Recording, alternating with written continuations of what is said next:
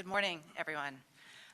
It is my pleasure to welcome you to this really important and exciting event. And whether you're joining us here in the governor's office or whether you're joining us online, we want to show our appreciation for you spending part of your day with us on this important topic. I also want to acknowledge that we have some really important people and leaders in the Commonwealth with us this morning. Most of all, Governor Wilder, it is so wonderful to have you here, and thank you so very, very much.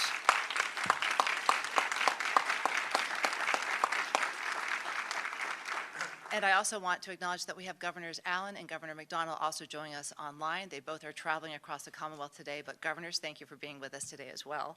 And in the room, we also have two former Secretaries of Education, which are dear and near to me. So Secretary Gerard Robinson and Secretary Laura Fornash. So thank you.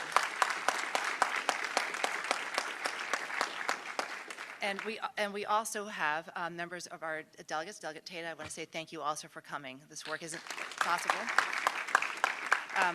And while we're talking about VIPs, it is so important that we also acknowledge the incredible and heroic work of our teachers and our principals that they are doing every single day to serve our students, and especially over the last 2 years when people are just tired and we continue to throw curveballs and they do the work every day. And there is no one that is more emblematic of that heroic effort than Principal Dabney, who's with us again today. Many of you that followed our signing at the literacy event know that Principal Dabney has just been an inspiration to this administration. We have listened to your guidance, we have watched what you do, and you inspire us every day. And thank you for being here today for this important announcement. Thank you. So within an hour of being sworn into office in January, Governor Youngkin reinforced that education was going to be a top priority for him and for this administration. When he signed executive order on day one, he signaled that he would do everything possible in his power to restore excellence to education throughout the Commonwealth. That first executive order instructs the Superintendent of Public Instruction to report the specific steps to raise standards, close the achievement gaps in K-12 education, and ensure that every single student in the Commonwealth graduates from high school ready for college and for career. Today, we present our vision for excellence in education to the people of Virginia. But before any strategy can be developed effectively or implemented well, it's important to have an accurate and detailed picture, not only of the end, but also the starting point. So the ending. This administration's goal is crystal clear, unwavering, and urgent. We must ensure that every student in the Commonwealth has the skills and knowledge to be successful in our economy, our democracy, and in our communities. And to quote the great philosopher Wayne Gretzky on his record-holding scoring results over his career, skate to where the puck is going, not where it's been. We know where the puck is going. We know the demands for skills, for knowledge, for content knowledge is only going to increase. The race for talent is on. What has not been entirely clear is a shared understanding of our current state of education throughout the Commonwealth.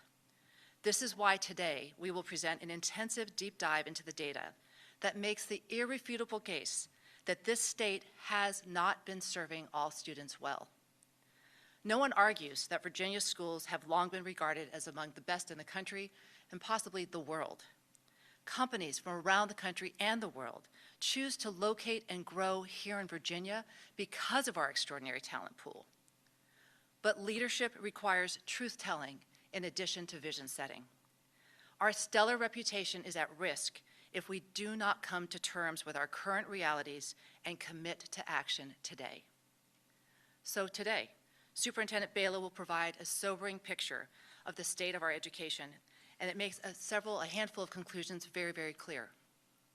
State policy choices and priorities over the last decade have resulted in lower student achievement in reading and math, wider achievement gaps for our Black, Hispanic, and low-income students, reduced transparency around outcomes and our startling downward trend lines, and eroding parent confidence in the Commonwealth's public schools. All of these results are troubling, but I am most concerned about the lack of commitment to public transparency and to providing a clear, understandable picture of student achievement. Virginians deserve to have quality information about how our students are doing and how well our schools are serving every single learner. If we want improved results, then access to quality, reliable, consistent information isn't a nice to have, it's a must have. Instead, leaders changed definitions, they lowered expectations, and they reduced the importance of proficiency in determining school quality and accreditation. And they often did this in the name of equity. President Bush used to refer to this as the soft bigotry of low expectations. I call it plain wrong. We cannot afford to lose another generation of children because of our inability to hold ourselves, our schools, and our students to high expectations. And so next, Dr. Rosa Atkins, a lifelong educator and fortunately at the director of the Governor's Office of Diversity, Opportunity, and Inclusion and a former superintendent of Charlottesville schools, will reinforce the importance of this data as a wake-up call to ensure access to opportunity and excellence is the standard for all of our students across the entire Commonwealth. And finally, Governor Youngkin will share today his commitments to the Commonwealth, not only to close and address the learning loss crisis, which was exacerbated by far too long closed schools, but also to restore excellence across all of those schools. We will be unwavering to our mission to establish high expectations for students, for schools, and for ourselves, so that every student graduates ready for success in career and in college. Our use of longitudinal data will ensure that we know where every child is in their learning journey, and when they fall off track, we will be there with an action plan to get them back on quickly. We will empower teachers and parents to support these students, and we will make Virginia the most transparent and accountable state in the nation and the best place in the world to be educated. We also offer an invitation today. This work cannot be done solely by policy in Richmond. The most important decisions are not made in state capitals. They are made around kitchen tables. They're made in classrooms, and they're made in communities across this Commonwealth. We invite all of you. We invite all of you to join us as parents, as teachers, as legislators, as school board members, as employers, to join us in this effort to ensure every student has access to a quality education and is prepared for success in life. I now invite Superintendent Balow to present her report to the people of Virginia and to the Governor.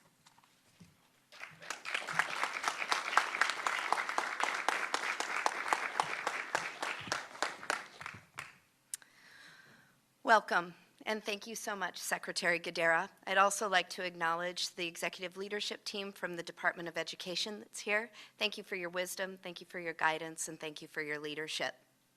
Since January 15th, I've visited multiple school divisions. I've talked with teachers, and I've built an understanding of the issues, and I've collaborated with leaders. I can tell you firsthand that there are heroic educators and leaders in every school and every community. They are making a difference with their continued work, and we will continue the work together. Tenets from today's report will ensure that we have a shared focus. Together, over the last few months, we have identified education priorities that need to be addressed but didn't make it into this report. They're still important, and the work continues beyond today. I have also reached out to many partners for advice and feedback on this report that we are releasing right now. And their contributions and criticisms hold great weight, and I am grateful for their dedication and for their partnership. As I've engaged in these conversations and reviewed the data, look for this, there we go. One thing is clear. The perception of how Virginia thinks that children are doing in school is different than the reality. Over time, we have become accustomed to a culture of sporadic sharing of data, lowered expectations for students, and declining student achievement. It has happened very gradually. Today's report signifies a new beginning to our work together. This report is a renewal of our shared purpose to focus on student achievement, high expectations, and opportunities for every student. I know teachers and education leaders across the Commonwealth are all up to the task. I know this because I've talked with many of you. Thank you for the work that you do. Thank you for the impact that you make. Your voice and your advocacy for students is key. Teachers, your lift continues to be tremendous, And as we release this report, many of you are administering SOL assessments. Thank you for your work and your dedication. And I can tell you we would not move forward if we weren't assured that you will stay at the helm, teaching students every single day. Over the next 4 years, my charge is clear. We need to move Virginia forward in a new direction with students at the forefront. Today, I share the story of Virginia education through data, and not just the good data, all of the data. For years, Virginia has moved the goalposts on things like accreditation requirements and proficiency cut scores on tests. This has created a narrative of student achievement that does not bear out when compared with scores on national assessments. Our accreditation system for holding schools accountable and driving school improvement is confusing and it's unhelpful. Scores from our state assessments are telling us that our students are much higher in proficiency than they actually are. For nearly a decade, something called the honesty gap has been calculated for each state. This is a term that is familiar to every state, and with it, it represents the difference between state assessment proficiency levels and proficiency levels on the National Assessment of Education Progress, or NAEP, sometimes called the nation's report card. For example, in 2019, Virginia's state assessments showed that 75% of fourth graders were rated proficient or higher in reading. However, the NAEP assessment scores from that same year show that only 38% demonstrated proficiency, a difference of 37 points. The honesty gap is even wider for our Black and Brown students. 71% of Black fourth grade students demonstrated proficiency on the 2019 Math SOL test, compared to 26% on the NAEP. For Hispanic students, the gap was 77% on the SOL test compared to 36% on NAEP. Moreover, our NAEP reading scores themselves have declined to a statistically significant degree, reversing years of steady progress and improvements in achievement since the launch of Virginia's SOL reform in the mid-1990s. These troubling trends continue into high school. Student performance on advanced placement, or AP exams in Virginia, has declined over the past 7 years. In 2015, Virginia was third in the nation in the percentage of high school graduates qualifying for college credit on at least one AP test. Since then, the Commonwealth has dropped to 9th. Historically, the overall performance of Virginia's students on the SAT has compared favorably with nationwide averages in other states. However, the relatively high overall achievement of Virginia students on the SAT masks wide gaps in performance and college readiness when the data is disaggregated by race and ethnicity. In 2019, while the majority of white and Asian test takers met all benchmarks, only 22% and 44% of Hispanic, 22% of Black and 44% of Hispanic test takers met them. We must do better to make sure that all of our students are ready for the next steps after graduation. The shift to online remote learning since 2020 has only served to increase the urgency behind today's call to action. Each day we learn more and more about the extent of the harm done to all students as a result of online remote learning. We have already seen steep declines across the board in student proficiency, and it is unfortunately also not a surprise that we are seeing evidence of widened achievement gaps for those students prohibited from in-person learning for the longest amount of time. In fact, the average high-poverty school that remained remote for the 2021 school year lost so much learning that a year of high-dosage tutoring would still fail to recover the learning loss.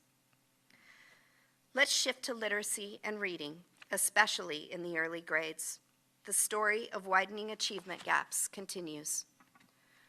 42% of Virginia's second graders scored below reading benchmarks on the state's early reading assessment called PALS in the fall of 2021. We will likely see that many of these students are still below proficiency benchmarks today. The story for Black students, Hispanic students, and low-income students is even more disheartening. Same year, same test, 56% of Black students, 57% of Hispanic students, and 57% of low-income students were below the benchmark in second grade reading.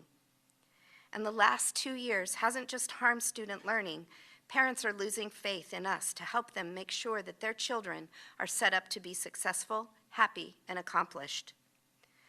These concerns are warranted, and for the 2021 school year, the parents of nearly 60,000 school-age children chose to teach their kids at home, increasing the number of homeschool students by 56% over the 2019-2020 school year. Data are showing us that a large number of those students did not return to public schools for this school year, and that the trend to homeschool began long before 2020. We have a deep responsibility to harness this moment in order to restore faith in our educational institutions and repair the relationships between families and our schools. I'm not only here to tell you about what's happened in the past, what so many of you have experienced and witnessed yourselves.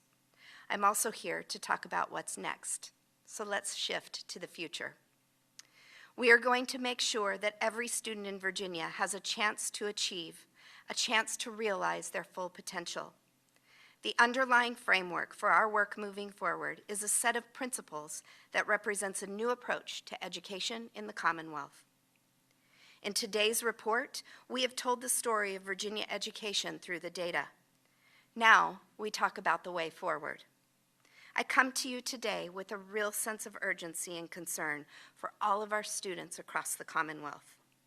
I hope you join me not just in sounding the alarm, but in identifying, advocating, and knocking down barriers in the way of achieving the goals that we've set. In the 1990s, Virginia responded to low NAEP scores with a bipartisan push for high expectations and high standards. This effort continued into the 2000s, and Virginia schools and students rose to the challenge, making Virginia one of the top education states in the country. Our aim, our goal, is to once again rise to this challenge and be nothing less than best in class, best in the nation. We've done it before, and we'll do it again. It is now my pleasure to introduce to you my colleague, my friend, Acting Chief Diversity, Opportunity, and Inclusion Officer, Dr. Rosa Atkins.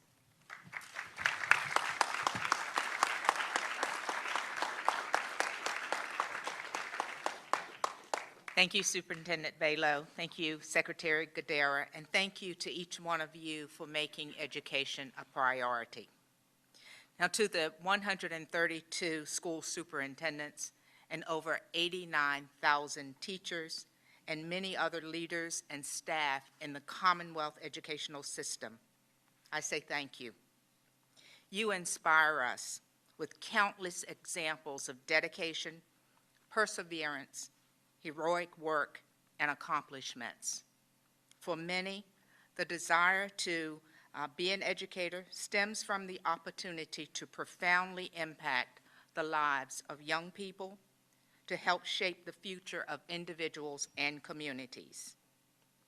As a more than 30-year-long educator and past superintendent in Charlottesville, I have witnessed the passion, care, an enormous level of professionalism and expertise you bring to the school division and classrooms each and every day. Student success is your mission, and we honor you for that mission.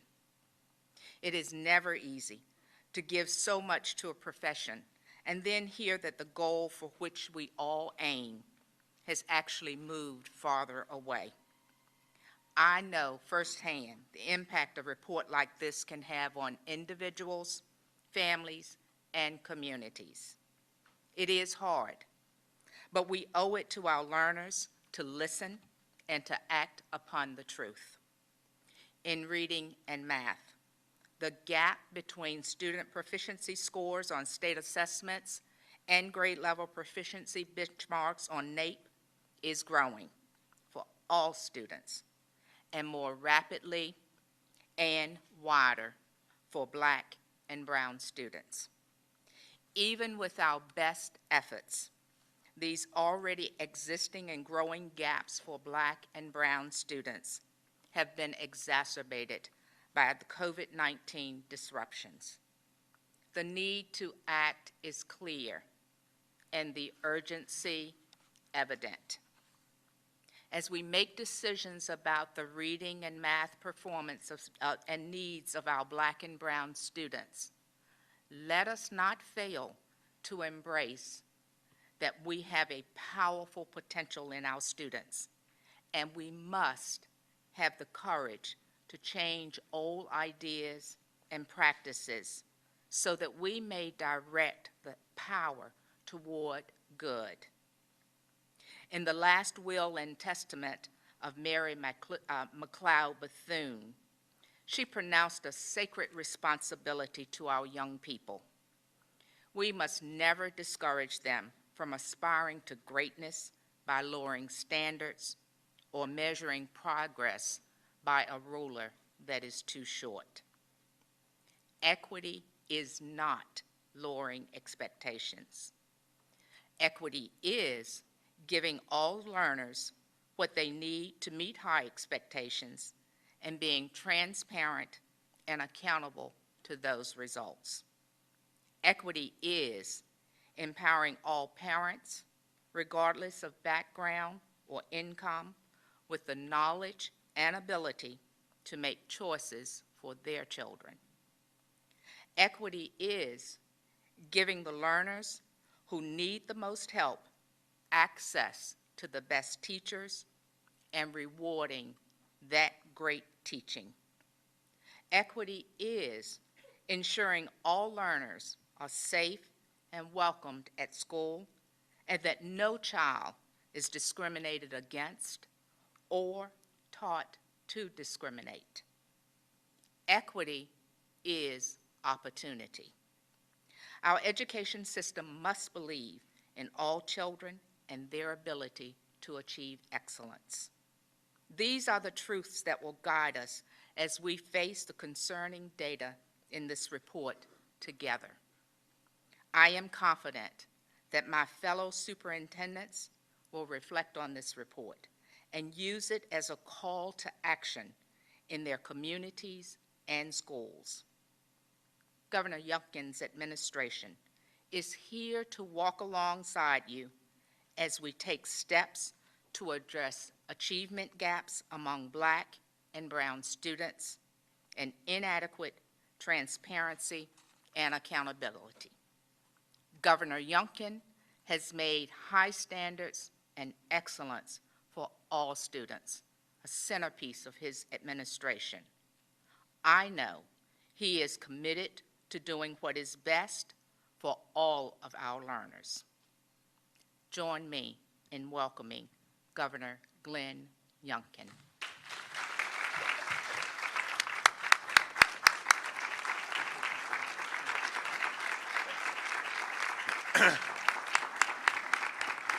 Thank you all very much. Thank you. Dr. Atkins, thank you for those inspiring words. And it is extraordinary to have you part of the team. And we deeply value you. Thank you. Today is not just consequential. Today is a moment in time for all of us to recognize we must change direction. We are not serving all of Virginia's children, and we must. We want to be the best in education. We should be the best in education. And the data that is compiled and shared with you today suggests that we have a lot of work to do to be the best. And beyond that, the trends have been heading in the wrong direction. And so we know that if we want to be the best, we have to change those trends and take bold steps forward. Parents across the Commonwealth spoke loudly last year. They want us to restore excellence in education. They want to give their children best-in-class opportunities. And that is what we're all here to do. You know, each child gets one shot at an excellent education. One chance. And we have a responsibility to do everything that we can to make sure that that child has the best chance.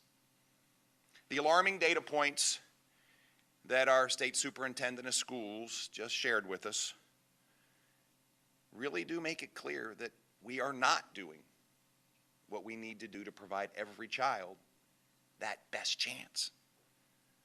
The significant lowering of expectations, the lack of transparency with data, the weak accountability for these results, that all ends today. Partnering with parents, partnering with students, partnering with teachers, with school division superintendents, members of the General Assembly, and so many others that are here today or joining us online, we must lock arms and march together in order to get Virginia's educational system moving in the right direction. We cannot know where we're going unless we know where we're starting. And where we're starting is not where we thought we were. Now let me be clear. We use the words "our commitment," and we do not use those words lightly. And they are underpinned by 7 principles that we together will use to guide our path. These 7 principles reflect this commitment. And let me be clear. A commitment is a commitment. First, we will establish and maintain high expectations for students, for schools, and for ourselves. We will hold ourselves accountable as well. This is about raising the ceiling and the floor, not lowering the ceiling. We need to close the honesty gap. We must have best-in-class standards in history, in math, in reading, and in science. And in partnership with the General Assembly and educators, engaged stakeholders, we've already begun the work.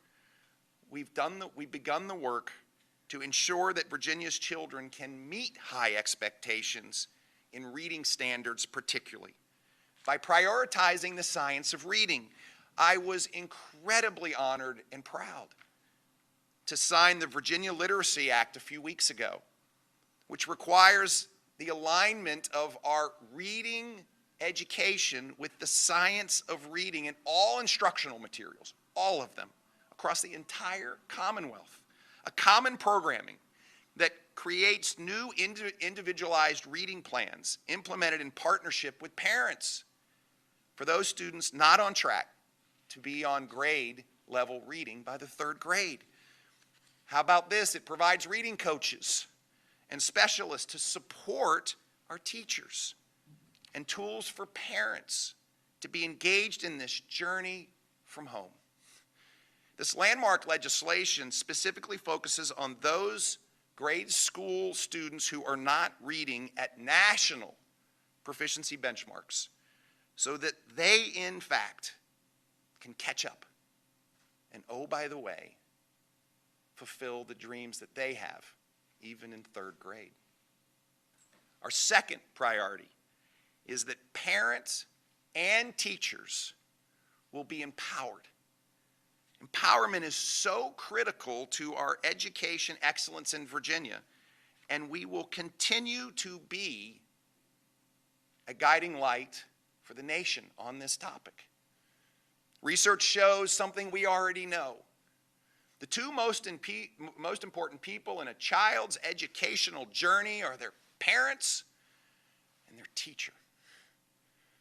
You know, I'll say more about this in a minute, but that is why I am so impatient on getting a budget out of our Senate that will, in fact, raise teacher salaries, provide bonuses for those most important people in our children's education.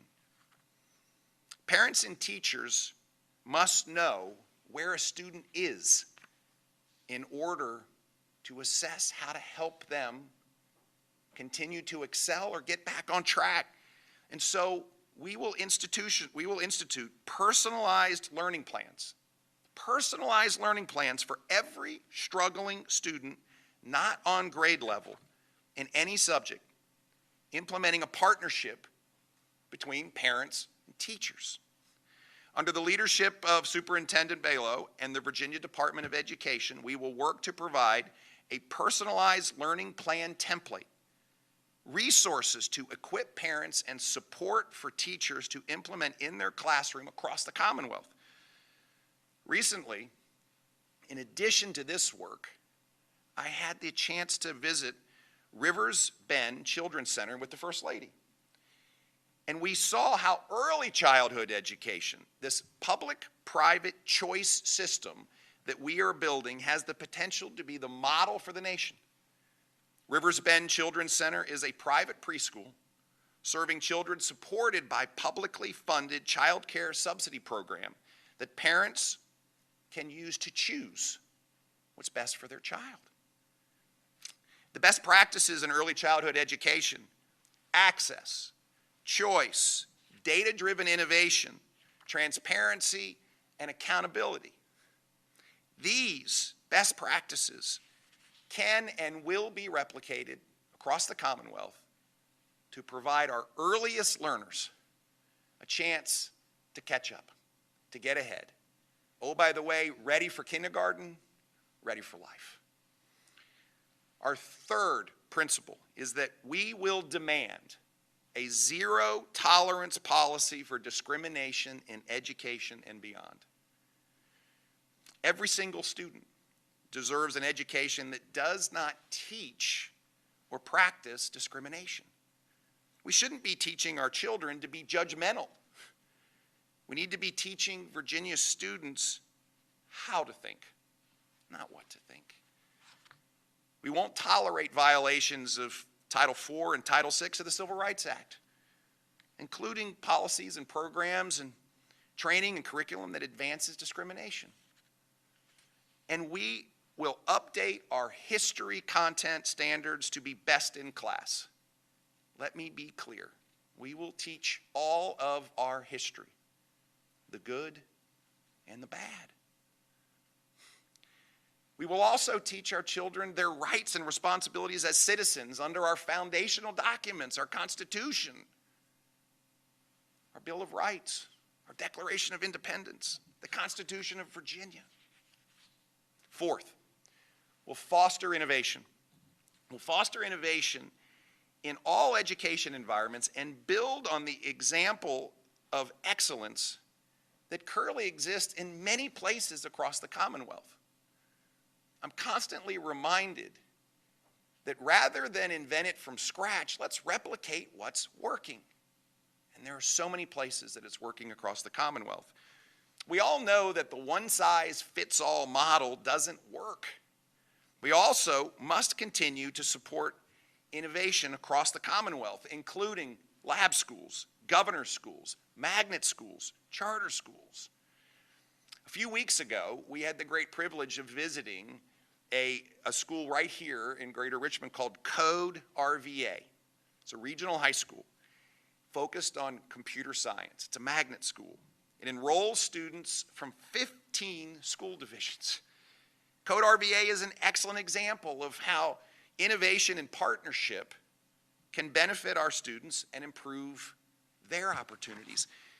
They serve an extraordinary diverse student body. It reflects each of the participating school district students. They serve 2 times the number of students with disabilities than the average school in the Commonwealth. They have personalized learning models. All juniors and seniors participate in relevant internships with businesses and community partners. Nearly a third of the students at Code RVA graduate with an associate degree in computer science. By the way, this school is available to all students in those 15 school districts. So we remain committed to our goal to support the launch of 20 new lab schools, including computer science, across the Commonwealth. Virginia's parents students and teachers have not had a clear picture of the academic performance of their students and their schools, and this will change. Brings up our fifth priority. We will be the most transparent and accountable state in the nation. If you are fully accredited in Virginia as a school, that should mean that we are truly preparing the students who go there for the demands of the workplace and beyond. Working with the State Board of Education, we will revise the standards of accreditation to ensure that schools earning full accreditation meet this basic standard of excellence that I think we've taken for granted. And we will provide parents and teachers with a clear picture of learning proficiency, growth, and gaps for every student in the Commonwealth. Now, I hope you heard that. Every student in the Commonwealth. We will provide to their parents, to their teachers, a clear picture of learning proficiency, growth, and gaps. Our sixth priority, our sixth principle, is that we will ensure students have post-secondary readiness. Every high school graduate in Virginia should be either career ready, college ready, or both. Schools need to provide multiple pathways to post-secondary readiness and success through apprenticeships, internships, workforce training opportunities, partnerships with our community colleges. We can prepare our young people to enter high-wage, high-demand jobs right out of high school, if they so choose. Recently, the First Lady and I had the immense privilege of hosting the Virginia Council on Women's STEAM-H Essay Award ceremony at the Governor's Mansion. We heard from 10 phenomenal young women, the leaders in STEM, receiving scholarships to pursue dreams. Their stories, their aspirations were truly humbling and inspiring. You know, STEM and computer science is such a foundational element to the next generation of jobs. We need to make sure that we're preparing our students in high school to be ready. Finally, we must protect freedom of speech and freedom of inquiry. It's foundational to our nation. It's foundational to our Commonwealth, and it's foundational to the places of learning. We must tackle complex, complicated, and uncomfortable topics that are age-appropriate in ways that support critical thinking and vigorous classroom discussions, again, that are age-appropriate. To support our teaching and school leaders in this endeavor, we will provide training on facilitating these tough discussions and these uncomfortable topics with civility, with grace, and without judgment. I'd be remiss if I didn't mention that the General Assembly can help us on all of these priorities. First and foremost, they can complete the budget and send it to me. And let me be clear, we will give teachers meaningful raises that they need in order to be appropriately compensated for the extraordinary work that they do.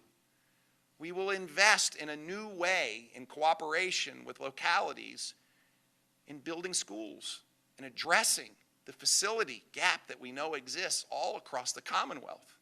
We can fund lab school initiatives and innovation all across the Commonwealth.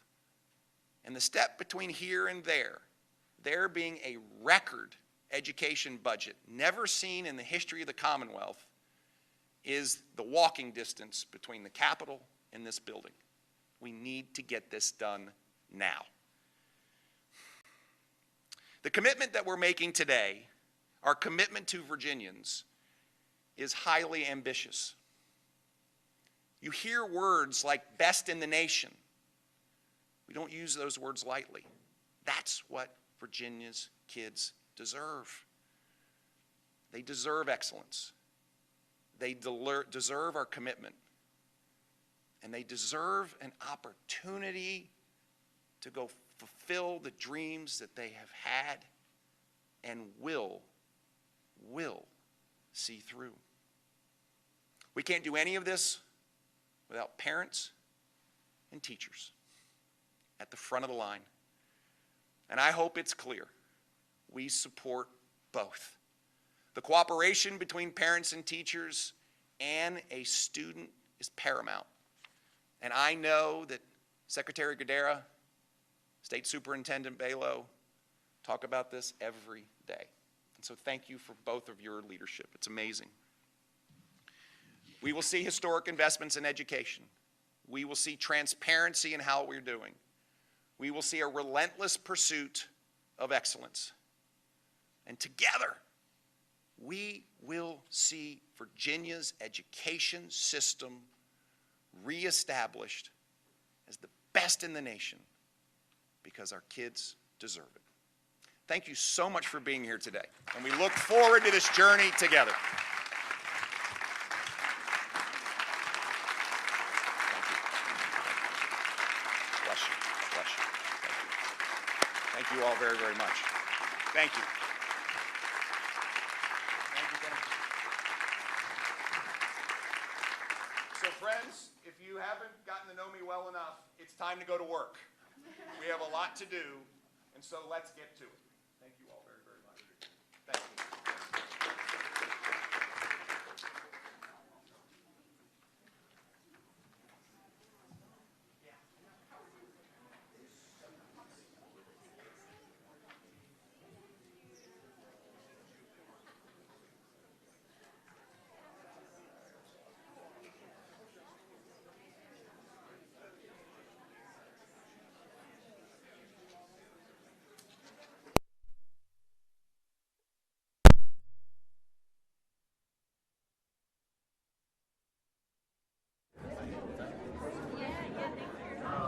We'll do it from the podium.